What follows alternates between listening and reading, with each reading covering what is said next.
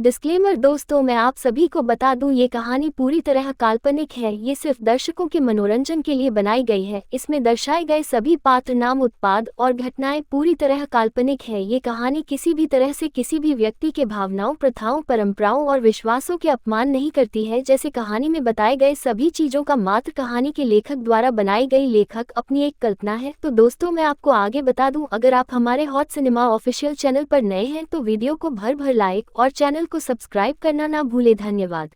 Episode 24 दृश्य से अदृश्य।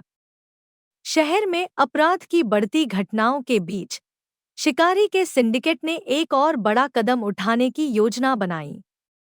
इस बार उनका निशाना था शहर का सबसे हाई प्रोफाइल स्थान, नेशनल आर्ट गैलरी, जहां उस रात एक विशेष प्रदर्शनी का आयोजन किया गया था। इस प्रदर्शनी में शहर के बड़े-बड़े उद्योगपति, राजनेता और कला प्रेमी मौजूद थे। विराज, जो अब तक छायामार्गी के रूप में शिकारी के हर कदम को रोकने की कोशिश कर रहा था, इस घटना की भनक पहले ही पा चुका था। उसने तय किया कि वह इस बार न केवल शिकारी के आदमियों को रोककर उनकी योजना विफल करेगा, बल्कि यह भी सुनिश्चित करेगा कि उसकी असली पहचान किसी पर भी उजागर न हो। गैलरी में हलचल। नेशनल आर्ट गैलरी में सुरक्षा के पुख्ता इंतजाम किए गए थे। हर कोने में गार्ड तैनात थे और सीसीटीवी कैमरों से पूरा परिसर कवर किया गया था। लेकिन शिकारी के लोग पहले ही गैलरी के अंदर घुस चुके थे। उनके पास नक्शे, सुरक्षा कोड और योजना के हर पहलू की पूरी जानकारी थी। उनका मकसद केवल गैलरी में रखी दुर्लभ पेंटिंग्स को चुराना नहीं था, बल्कि पूरे शहर को अपनी ताकत का एहसास कराना था। छायामार्गी की तैयारी। विराज ने इस बार अपनी योजना बहुत सोच समझकर बनाई थी। यह मिशन न केवल जोखिम भरा है, बल्कि मेरे लिए अपनी पहचान को बचाए रखने की परीक्षा भी है, उसने खुद से कहा। वह अपने विशेष गैजेट्स और उपकरणों के साथ गैलरी पहुंचा। उसने अपने सूट में नए फीचर्स जोड़े थे, जिनमें नाइट विजन, साइलेंसर ड्रोन और इलेक्ट्रॉनिक जैमर शामिल थे। आर्ट गैलरी में प्रवेश। छायामार्गी ने गैलरी के पिछले दरवाजे से प्रवेश किया। उसने जैमर का इस्तेमाल कर कैमरों को अस्थायी रूप से बंद कर दिया। भीतर घुसते ही उसने देखा कि शिकारी के लोग प्रदर्शनी हॉल में घुसने की तैयारी कर रहे थे। उनके पास आधुनिक हथियार और एक जटिल विस्फोटक उपकरण था।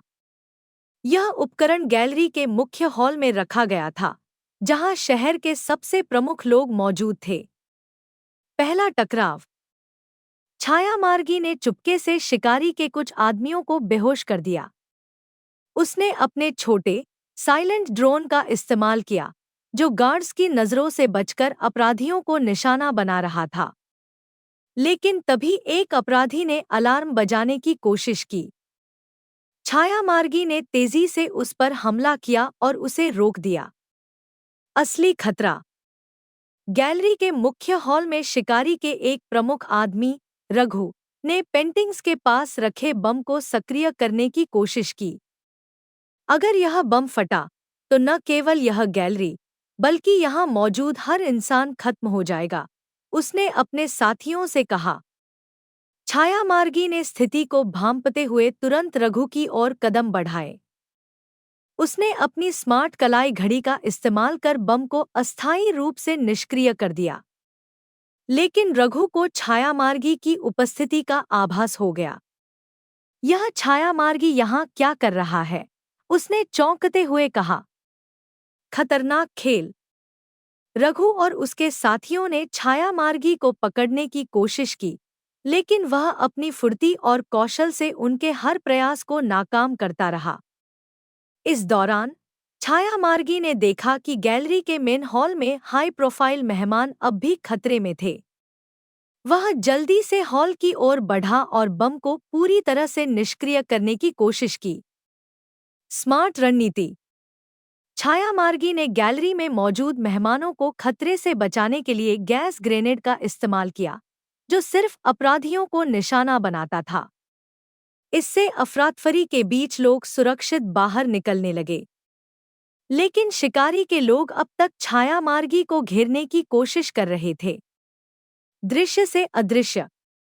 छायामार्गी ने अपनी इलेक्ट्रॉनिक डिवाइस से गैलरी की लाइट्स बंद कर दी। अंधेरे का फायदा उठाकर वह हर अपराधी को एक-एक कर निष्क्रिय करता गया। इस दौरान उसने अपनी पहचान छुपाने के लिए फेक फायर अलार्म भी चालू कर दिया, जिससे पूरी गैलरी में धुआं फैल गया। अंत में जब पुलिस और मीडिया मौके पर पहुंची, तो उन्हें वहां केवल अपराधी और निष्क्रिय बम मिले। छायामार्गी पहले ही वहां से गायब हो चुका था। मीडिया की प्रतिक्रिया। अगले दिन अखबारों और चैनलों पर छायामार्गी के इस कारनामे की चर्चा थी। छायामार्गी ने न केवल गैलरी को बचाया, बल्कि अपनी पहचान भी छुपाए रखी। वह वाकई एक अदृश्य नायक है, एक प्रमुख अखबार ने लिखा। लेकिन दूसरी ओर शिकारी को यह एहसास हो गया था कि छायामार्गी उसके रास्ते का सबसे बड़ा रोड़ा है। अब मुझे उसे खत्म करना ही होगा, शिकारी ने गुस्से में कहा। विराज की चुनौती। विराज ने इस मिशन के बाद महसूस किया कि शिकारी के सिंडिकेट को हराना इतना आसान नहीं होगा। मैं हर बार बच नहीं सकता, लेकिन अगर मुझे यह लड़ाई जीतनी है तो मुझे और भी सतर्क रहना होगा, उसने सोचा। यह अध्याय छायामार्गी की सूझबूझ, तकनीकी कौशल और साहस को उजागर करता है। लेकिन शिकारी के खिलाफ यह लड़ाई अब और भी व्यक्तिगत हो चुकी थी। क्या छायामार्गी शिकारी को रोकने के लिए अपनी रणनीति बदल पाएगा? क्या वह अपनी पहचान को सुरक्षित रखते हुए शहर को बचा पाएगा? अगले अध्यायों में जानें इस रोमांचक कहानी का नया मोड़। जानने के लिए ओनली ऑन यूट्यूब चैनल पर ये कहानियाँ हॉट सिनेमा अधिकारी द्वारा लिखित और कॉपीराइट की गई है। कोई भी कहानियाँ की नकल नहीं कर सकता। तो दोस्तों, आगे क्या होने वाला है ये जानने के लिए कहानी सुनते रहिए और केवल हॉट सिनेमा ऑफिशियल में यदि आप नए एपिसोड पर अधिक अपडेट चाहते हैं तो हमारे टेलीग्राम चैनल को सब्सक्राइब करें, जिसमें हमारा डिस्क्रिप्शन में दिया गया है।